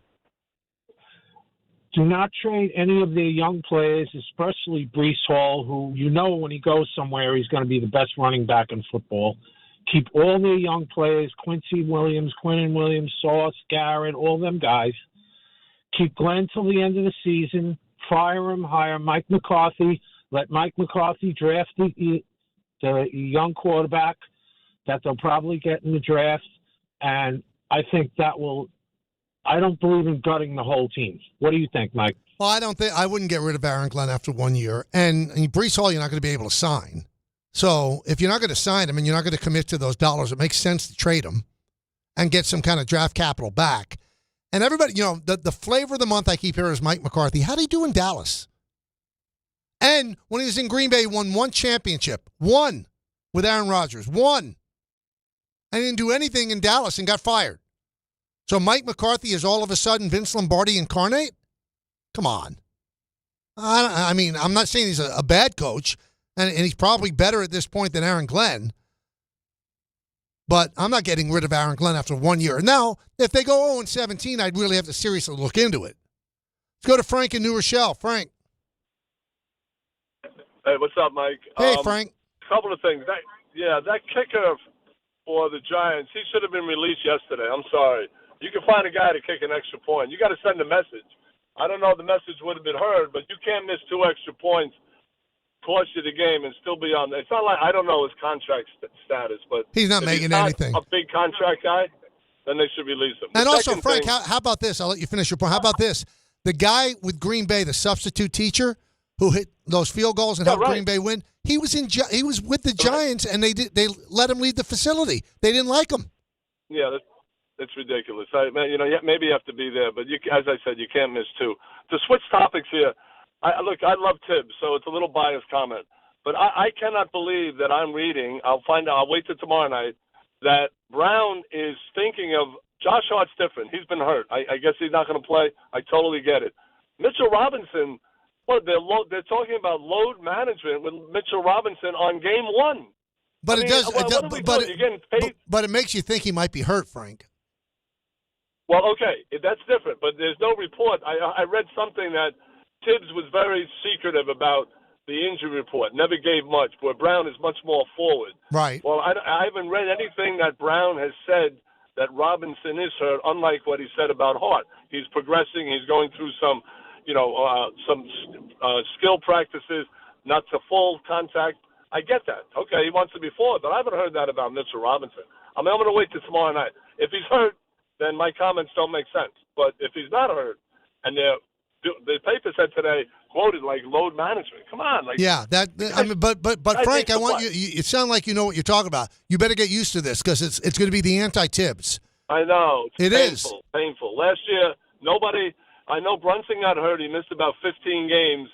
Every other Nick, I know the year before and the year before that, there were injuries. I get it. So you can criticize Tibbs. But this guy brought us to the furthest we've been. You know the drill, 25 years. And unceremoniously, he deserved 1 more year to be with this group. Continuity, same group, add Clarkson. You're going to add the kid from Philly, the kid from France. Great. Okay. Maybe Tibbs would use a bench more. But right now, the change, I'm going to give Brown, obviously he's the coach. Let's see, 30, 40 games in. Let's see what we get. The pace of play, really, Brunson's coming off screens now. He averaged 28 a game, and I think he shot 48%, and you want to change that. Really? Yeah, if you turn this into a running team, you're taking away a lot of what makes him great, in my opinion. But maybe they'll slow things down in big parts of the game where he could back in and do the iso ball that he's so good at. But things are going to be different. You're not going to see guys play 82 games. You're going to see a lot of load management. And it's funny to me, Tibbs couldn't get him to the promised land, but he can get them to Game 6 of the Eastern Conference Finals. Make it make sense.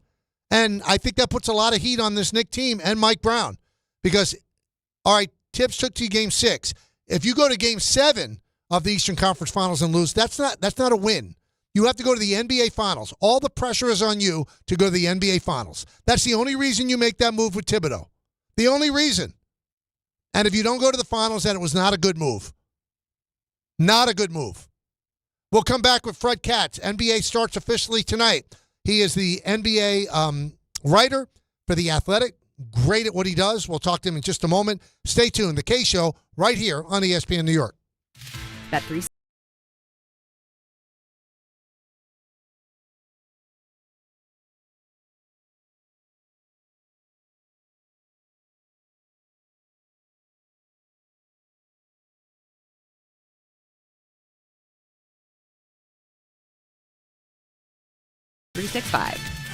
Gambling problem? Call 1-800-GAMBLER. 21 plus only. Must be physically located in New Jersey. T&Cs apply. Make cancer screening a part of your annual healthcare routine. New York Presbyterian offers a full range of cancer screenings, including lung, cervical, prostate, colorectal, breast, and more. Regular cancer screenings could save your life by detecting cancer at its earliest, most treatable stages. Screenings are available across New York City and Westchester. Learn more at nyp.org/cancer screening. Stay amazing. New York Presbyterian. At City Harvest, we believe no New Yorker has to go hungry. With your help, we're on the road 365 days a year, rescuing over 77 million pounds of nutritious food and delivering it free to millions of New Yorkers, transforming surplus food into sustenance, sustainability, and smiles, rallying thousands of New Yorkers to power a network of nourishment across our city. One day, one meal, and one New Yorker at a time. That's how we feed good. Donate at cityharvest.org. If you've been injured in an accident that wasn't your fault, then you need a lawyer who knows New York's unique personal injury and workers' compensation laws. At the Parisman Firm, they have decades of experience handling all types of accident cases and a proven track record of delivering huge results. Their team has already recovered nearly $1 billion for injured New Yorkers. From construction to car accidents and slips and falls, they've got you covered. Call the Parisman Firm now at 718-WORKERS, where your case is their cause. Get the justice you deserve today. Serving contractors, builders, and homeowners in the tri-state area since 1987, Brooklyn Window & Door is New York City's largest stocking dealer of quality Andersen window and doors. The professionals at Brooklyn Window & Door will help solve any of your window replacement needs or applications. Visit Brooklyn Window & Door's award-winning showroom to see the complete Andersen product line, including the 400, 100, A&E series. Andersen, built, backed, and serviced like no other window. Visit Brooklyn Window & Door at 185 30th Street in Brooklyn or call 718-WINDOWS. At Uline, they know going the extra mile takes hard work. For companies pushing to go further, Uline will go the distance with you. 24/7, they answer the phone to get you the shipping and industrial supplies you need. Business can move fast. Unexpected large orders, adverse weather, new safety guidelines, and changing economic trends. Uline works hard keeping 41,000 items ready to ship, minimizing detours on your way to the extra mile. Visit uline.com. Is college even worth it these days? At Empire State University, it actually is. They are SUNY's leading online university. Flexible, affordable, and built for real life. With more than 120 degree programs, you can study what matters most to you. And students agree. They're ranked #1 in student satisfaction among SUNY schools. Whether you are finishing what you started or starting fresh, your goals are within reach. See for yourself. Visit SUNYEmpire.edu before the next term begins. Ballybet Sportsbook. Yo, Ballybet stacked for football season. When it comes to sportsbook apps, it's undefeated. Ballybet. Check out that brand new parlay zone. Here's the kickoff. Build your bets and place them right on your phone. What? Live bets, daily boosts, and promos. Increase your odds so you can win more dough. Touchdown! Ballybet's the play. Make game day more fun and download it today. Must be 21 plus, New York only. Gambling problem? Call 1-877-8-HOPE-NY. Ballybet, Sportsbook and Casino. Download it. Rich Eisen here for Sonos, the speakers that bring every game to life in my own house. With studio quality sound, Sonos makes you feel like you're right there in the stadium. Whether you're cheering on your team, binging your favorite show, or listening to the hottest songs, Sonos fills every room with incredible sound. Setup is easy. Just plug in, open the Sonos app, and you're ready to go. Want stadium quality sound at home just like me? Because I love Sonos. You will too. Explore soundbars, speakers, and more at Sonos.com. Sonos. They look as good as they sound. Your ambition just met its match with Robinhood. Trade stocks and ETFs, options, futures, and crypto all on one platform. Get started today at Robinhood.com/yourmoney. Your money, your move. All investments involve risk, including loss of principal. Options, futures, and crypto trading carry significant risk and may not suit all investors. Securities offered through Robinhood Financial LLC, member SIPC. Futures trading is offered by Robinhood Derivatives LLC, not FDIC or SIPC protected. Crypto offered through Robinhood Crypto LLC, NMLS ID 1702840, not FDIC or SIPC protected. Portfolio management offered by Robinhood Strategies, an SEC registered advisor.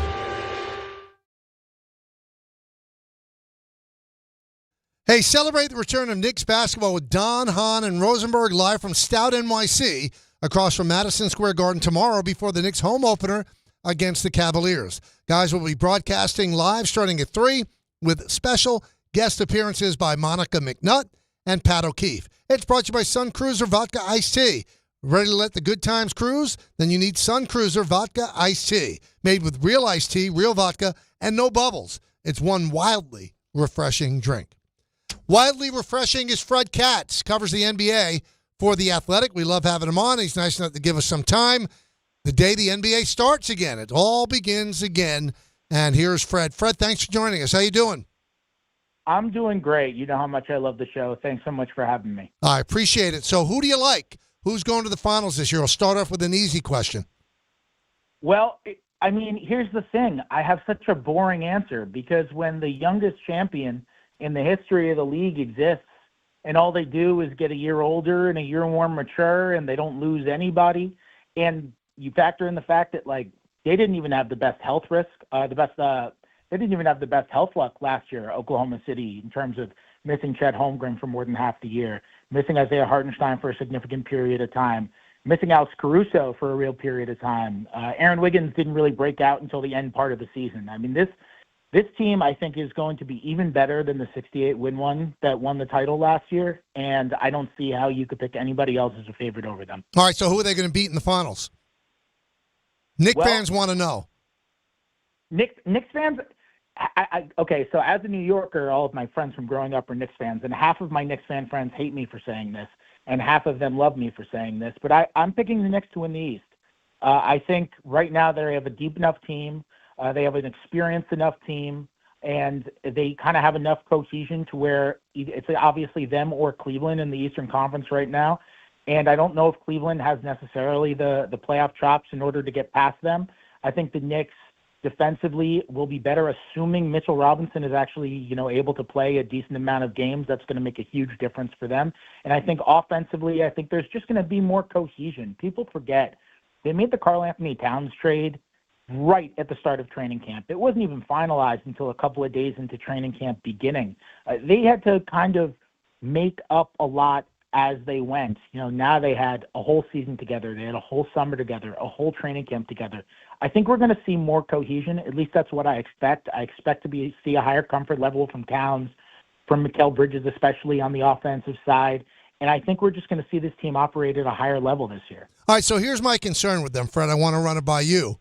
So they bring in a new coach. Supposedly they're going to play with more pace, which means they're going to try to play a little bit faster and push it. So that to me is almost like, well, I'm going to trade for Ricky Henderson, but we're not going to run. We're not going to steal bases. So aren't you taking away the greatness of Brunson if you pick up the pace? Because he seems best suited to back the ball down, use his strength and his moves to score. Aren't you taking some of that away by picking up the pace? I think it's a little binary, to be honest.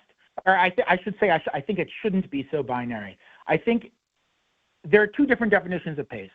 Some people think of pace as like you're just going to run it up and down the court and you're going to fast break. And I think the Knicks' biggest issue from a pace perspective last year wasn't necessarily that their offense took a long time to actually get a shot off. It was that when they were at their worst moments offensively, they took a long time to actually get into the offense. And that's something that's really been the focus. You watch those Indiana games from the conference finals last year, and there were so many moments where they're not running their first action of a play until there's 13 left on the shot clock. And what happens there is, even though Brunson is unbelievable in the half court, and he's unbelievable in tight spaces, and the guy can just make something magical out of absolutely nothing on so many different possessions, you're going to afford him so much more time and so much more opportunity if you start that possession with 19 on the shot clock than with 13. Because then if something works, he doesn't have to create magic. He can swing to the second side. You could run another play, and maybe he can get an easier shot, or someone else to get an easier shot. And I think that's the prime objective I was looking at the numbers, actually. I'll have a story out in the morning on kind of how the Knicks are trying to implement this pace.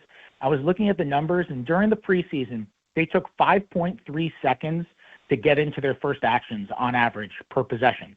That was the fourth highest pace in the NBA during the preseason. Super small sample, just the preseason. But last year, they were third to last in the league in that stat.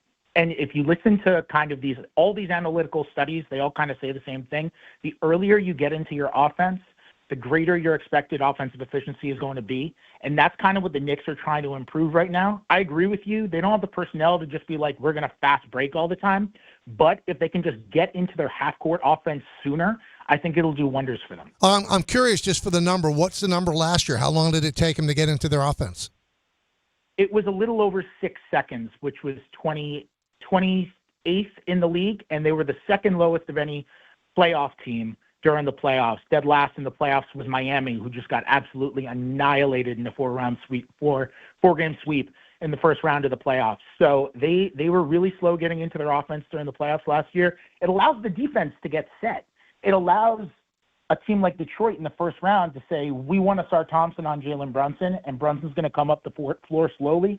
So we're going to start Asar Thompson on Brunson. We're going to start Dennis Schroeder on Brunson. Or if you're Indiana, they were trying so hard to get Aaron Nesmith switched onto Brunson. They were trying to get Andrew Nembhard, switched onto Brunson from Nesmith. And Nesmith had an easier time being able to pick him up because they were just kind of moving it slower against Indiana's full court press.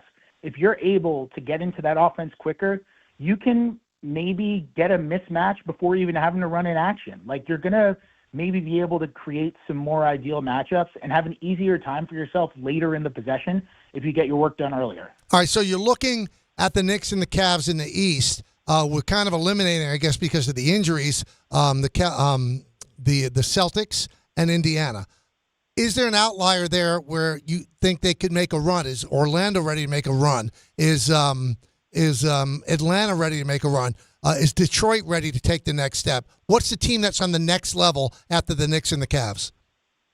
Yeah, I would say it's and Milwaukee too. Orlando, right? And Milwaukee too, because Milwaukee's got the best player in the conference. So even though their roster construction is kind of all out of whack and they don't have a lot of guards and they have a lot of bigs, when you've got the best player in the conference and you're going to have the best player in any Eastern Conference playoff series, that always gives you a chance. But I would probably say Orlando, even though they're young and they're unproven. Defensively, they are just such an unbelievable chore. And even last year when they had this season that was just filled with injuries, where Banchero got hurt and Suggs got hurt and everybody's shot just fell off a cliff, nobody wanted to play them. They are such an unbelievable chore. They in Oklahoma City, more than any other team, do this thing. The first defensive possession of every single game, they will just smack somebody. And it's completely strategic because it sets a baseline of, no, this is how we play. And if it's a foul, it's a foul. But that's your baseline. Then all of a sudden, a little bit less than a smack, which kind of would be a foul on a normal night, is all of a sudden not a foul. And it allows them to play this unbelievably physical style. And you might have beaten Orlando, going to Orlando last year, but you were walking out of there with your knees hurting and your back's hurting, and it was a terrible experience. And I think defensively they're going to be the same sort of menace. They brought in Desmond Bane, who helps with a lot of what their issues were in terms of offensive creation, in terms of shooting, movement off the ball. I think Tyus Jones will bring a steady presence as a backup point guard. And look, if Cleveland or New York does not win the Eastern Conference, then it is a huge upset no matter who it is. And one of Cleveland or New York, if not both of them, is going to look back on this season and consider it a real massive disappointment for not winning the conference, because this is their year to do it, for one of them to do it. It would be a huge upset. If you told me somebody other than those two teams won the East, though, I think I would go Orlando. They've got the youth in turn, so they've got the upside. Banchero's an awesome player. Wagner's an awesome player. They've got the depth. I think their coach, Jamal Mosley, is a very smart dude. And they have the physicality and toughness to where they could just wear you down in a playoff series. Talking with Fred Katz, NBA writer for the Athletic. You know, I don't know where I land on Boston. I want to get your take because I read the Boston Globe a lot. And the prevailing thought in Boston is everybody thinks Boston's going to stink because Tatum is probably going to miss the whole year.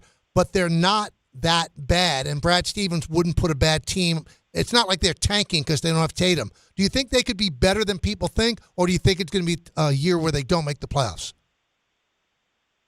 I'm kind of with you on Boston, to be honest, where I'm very confused as to what they are, because I look at the roster and I see the flaws, and I see, all right, there's just no real viable center on this team.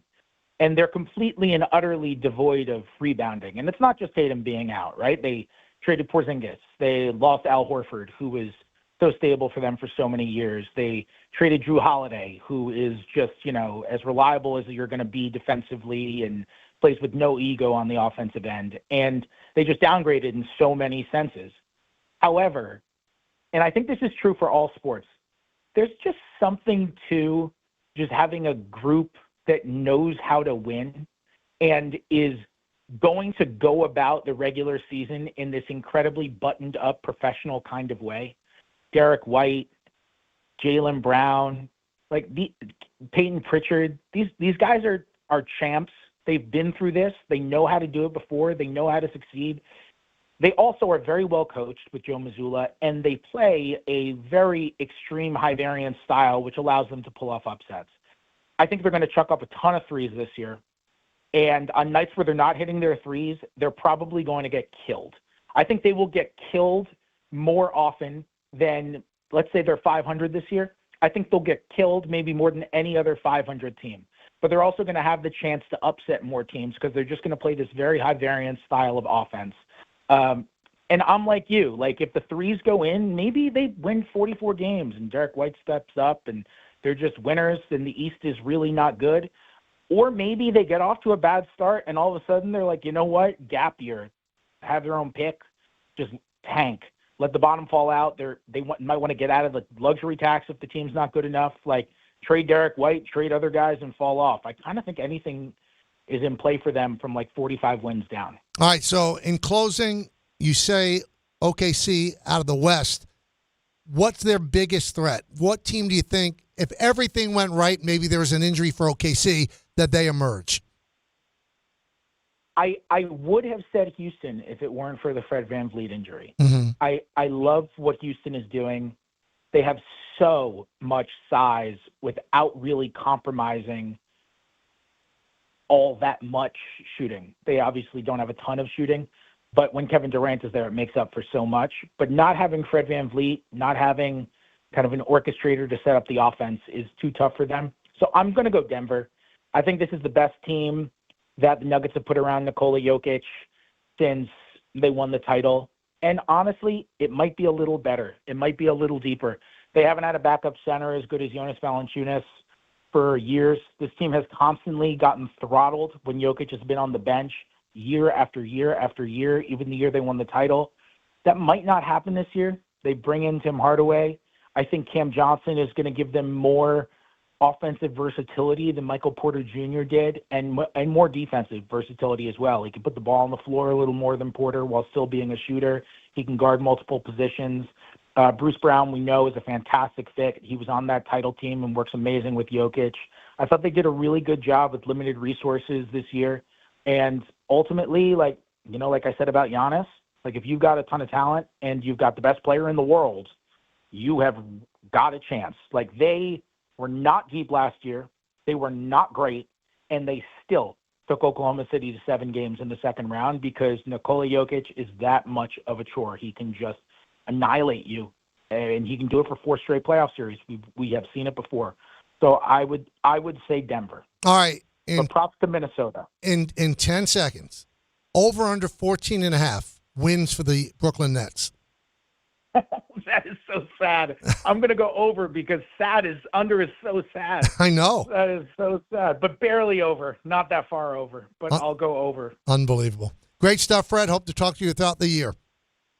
Thanks, Michael. You got it. That's Fred Katz. Read his stuff in The Athletic. He does a great job covering the NBA. I finish it up with you, my co-host, 1-800-919-3776, right here on The K Show, ESPN New York.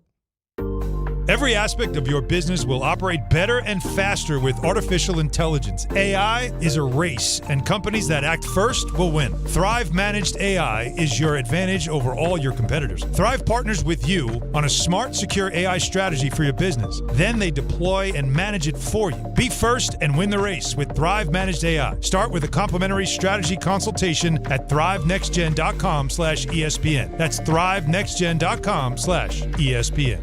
There's nothing the voice in our head obsesses over like our health. But with over 100 lab tests and insights, Function can help answer the questions like, why am I so tired all the time? How can I get better sleep? My friend was telling me about magnesium gummies she takes. Know if my heart work stress affected? It's time to up my cardio. If my mom has something, how would I find out? It's time to get some blood work done. A Function membership gives you a comprehensive health check with results tracked over time. Find out what you're made of at functionhealth.com. Hey, it's Alan Hahn. Let me tell you about my friends at Bath Fitter. They remodeled the bath by my pool. They converted a tub into a shower. The result is amazing. Bath Fitter offers all types of custom bath renovations, including their unique PermaFit solution for a watertight fit. It's done in one day, easy to clean, and durable with no demo or mess, and it costs less than a standard replacement. Plus, a lifetime guarantee. Right now, you get no money down, no payments, or interest until 2027. So start designing your bath today at bathfitter.com. There's only one Bath Fitter. Score a win this game day with Amazon Pickup, the MVP of package pickup. Need that new football jersey for the big matchup? With Amazon Pickup, you can collect your order from secure Amazon lockers or counters near you on your schedule. Whether you're running from work or home or straight to the tailgate, Amazon Pickup makes it easy and worry-free at no extra cost. Don't miss kickoff. Grab your gear and your packages when it works for you. Find your nearest Amazon Pickup location at amazon.com/pickupmvp. That's amazon.com/pickupmvp. There are a lot of reasons why people buy at Ramsey Mazda. It's their selection, it's their customer service, and it's their savings. Lease a new 2025 Mazda CX-5 2.5 S Select for $229 for 36 months. Start shopping now at RamseyMazda.com. Choose wisely. Choose Ramsey Mazda. Call 833-853-2970 for details. VIN S0595731. MSRP $31,915. Zero security deposit. Ends 10/31/25. To the net. Score! The New York Islanders are back in action with a brand new theme night schedule you won't want to miss. Bring your friends out for the holidays and take home a custom holiday replica jersey or arrive early for special bobblehead giveaway nights for Matt Barzell and Bo Horvat. Barzell for Horvat. Score! Explore the full theme night schedule at NewYorkIslanders.com. Listen, the weather is starting to cool off a little bit and the cold is coming fast. Fill up your oil before the cold sets in. Now's the best time because the prices are still so low. By the time we get to Halloween and early November, you know it's going to be freezing. So make it easy to keep your house comfortable and warm. That's what Romeo's Fuel does. They keep you warm with discount home heating oil. Order online at romeosfuel.com. Now fully serving Nassau and Suffolk, go to romeosfuel.com today. That's romeosfuel.com. Rich Eisen here for Sonos, the speakers that bring every game to life in my own house. With studio quality sound, Sonos makes you feel like you're right there in the stadium. Whether you're cheering on your team, binging your favorite show, or listening to the hottest songs, Sonos fills every room with incredible sound. Setup is easy. Just plug in, open the Sonos app, and you're ready to go. Want stadium quality sound at home just like me? Because I love Sonos. You will too. Explore soundbars, speakers, and more at Sonos.com. Sonos. They look as good as they sound. Harry Douglas here. Fellas, it's time to step up your grooming game. Manscaped just leveled up with the Lawnmower 5 and the Chairman Plus, two powerhouses built for unmatched precision, comfort, and control. Whether you're cleaning up before a night out, preparing for a big meeting, or getting ready for a game day, Manscaped has the tools to help you look and feel your absolute best. These aren't just old school clippers. They're engineered for modern men who take pride in their daily routine. So upgrade your grooming gear and experience the difference. And now you can find Manscaped products at your local Walmart. From the regular season to the Super Bowl, ESPN New York is your destination for football. We've got crazy fans, If the Giants somehow beat the Cowboys, I'm going to take a dump on your head. You can feel good because you're a damn football team. Expert analysis. Marcus Spears joins us now. ESPN NFL analyst Damian Woody. Mel Kiper Jr. The Hall of Famer Steve Young. He's kind of our resident general manager, Louis Riddick. We got Mike Tannenbaum right now. And all your fantasy and wagering needs. This is ESPN New York. We are football. Welcome back to the show, everybody. A lot of stuff. We've heard from Woody Johnson. He hugs Aaron Glenn every day. Doesn't think Aaron Glenn could win with the quarterback that he's getting, but it's Aaron Glenn's decision. The owner says, I don't think he could win with that quarterback, but it's Glenn's decision. Okay, I'll play along. Still no word from Florham Park what the choice is going to be, but Rich Cimini saying that sources are telling him that it will be Tyrod Taylor. We'll see. By tomorrow, we'll be able to break it down for the people, because that's what we do. Now I want to hear from the people. My co-host. We started with Ty in the Bronx. Ty.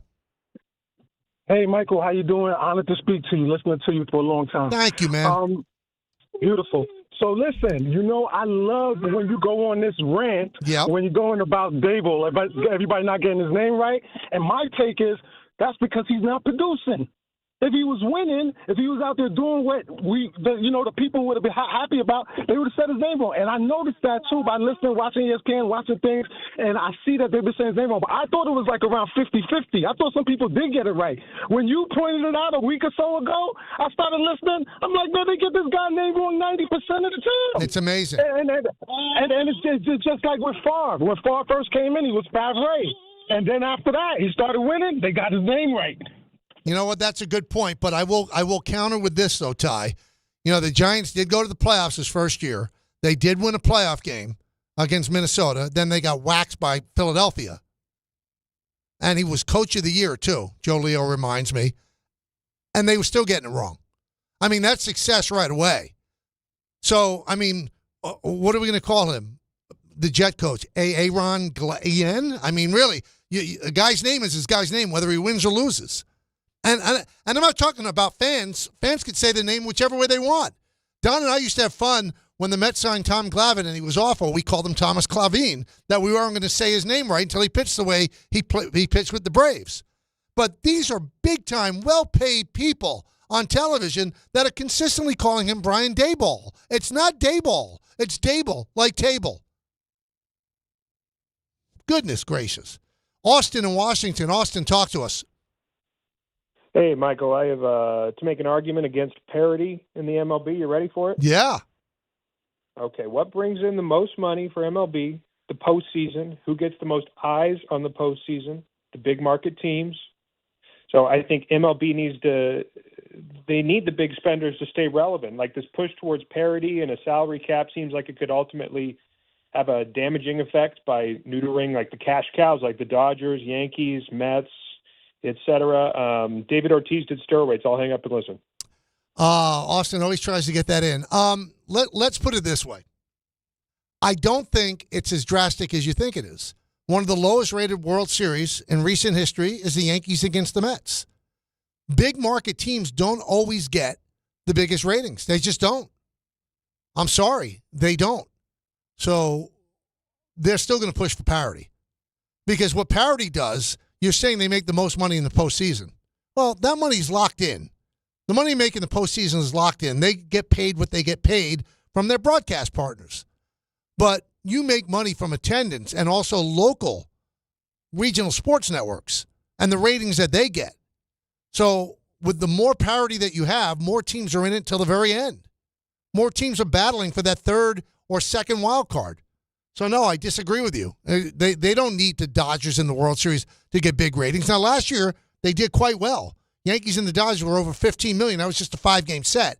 So if it had gone back to L.A. and there was a Game 6 or Game 7, it would have been even higher. But historically, big market teams don't do as well as you think. Now, I think the broadcast partners are probably cringing a little bit because they lose half their audience with the Blue Jays in there. Because the Blue Jays are broadcasted in Toronto by Sportsnet. That's based in Canada. So since this is a regional sport where, the home team fans tune in to boost the ratings, Toronto fans are not going to be watching Fox. They're just not. Dodger fans will be watching Fox.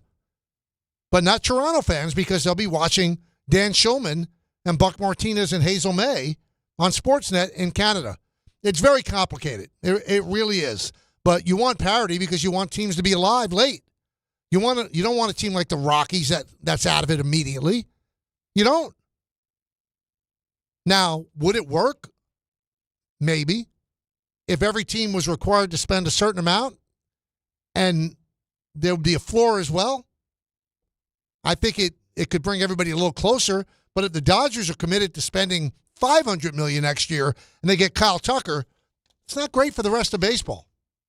Well, maybe it is. Maybe you have that Goliath at the top of the mountain that every year you try to knock off the top of the mountain. But time will tell. Negotiations don't start till next year anyway. We got a lot to do. The NBA season starts tonight on NBC and Peacock. Don Hahn and Rosenberg coming up in just a moment. Maybe during their show, we'll have a decision by Aaron Glenn who the quarterback's going to be. The Knicks start their season tomorrow at Madison Square Garden against the Cavs. We'll be all over that. So you can join us again tomorrow at 1. In the words of Billy Joel, life is a series of hellos and goodbyes. I'm afraid it's time for goodbye again. See everybody. Have a great day. Talk to you tomorrow at 1 o'clock. Did you know women account for 2/3 of all Americans living with Alzheimer's and 2/3 of